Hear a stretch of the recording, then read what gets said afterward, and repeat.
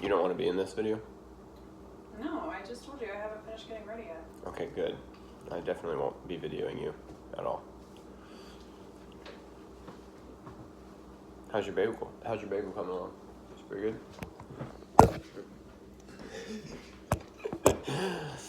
Good Tuesday morning, everyone. Homies. Good Tall Tale Tuesday, homies. I ruin everything. Don't talk with your mouth full. I'm going to.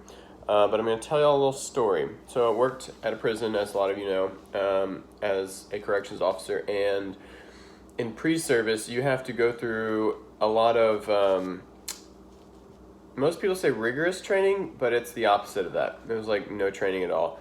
But there was a hard part for me, which was getting gassed with CS gas. And I just wanted to tell that story. It's not that exciting. I don't know what CS is. Well, just tell me it's like pepper spray on crack. No, it's not. That's OC spray, which is orange something. Well, capsaicin. I don't know. Capsaicin? Yep, capsaicin, which I think is ghost pepper. I don't know. Doesn't matter. That's not what we got sprayed with. That was what we carried on our hip. That's the next story that I'll tell later today. So this one is about the gas grenades. It's CS gas.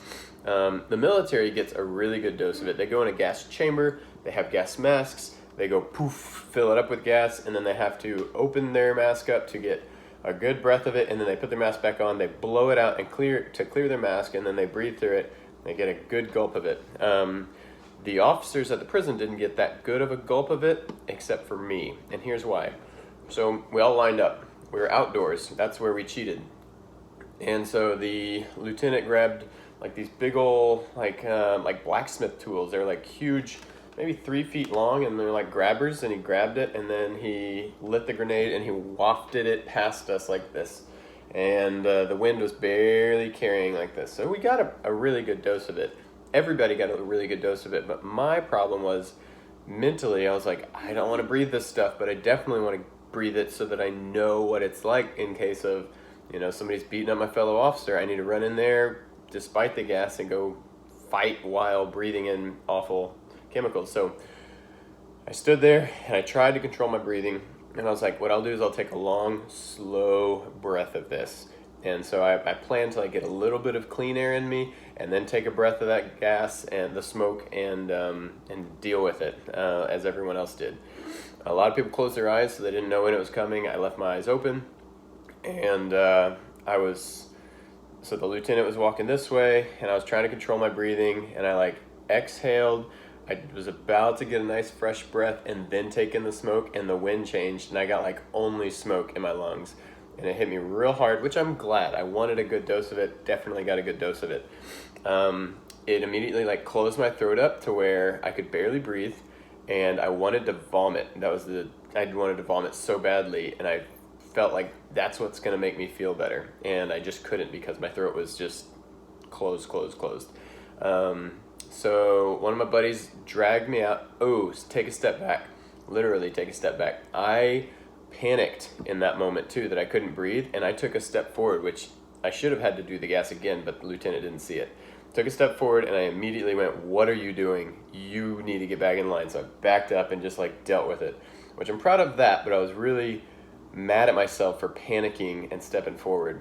But then I passed my test by being in the gas long enough. Definitely got a good enough dose. I couldn't see. I was just drooling out of mouth and nose, and wanting to vomit. Never vomited, and everyone else was vomiting and then feeling better, and I was sitting there just yep, that was the sound.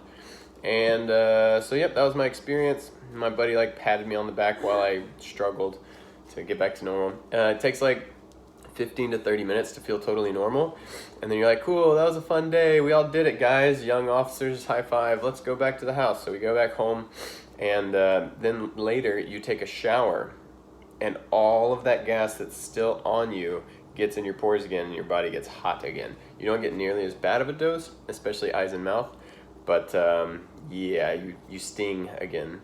So that's first story of the day about gas at the prison, and we can make some jokes off of that. But that's first story. I'll see y'all in probably a couple hours with story 2 when we hit the road and go back to the casa.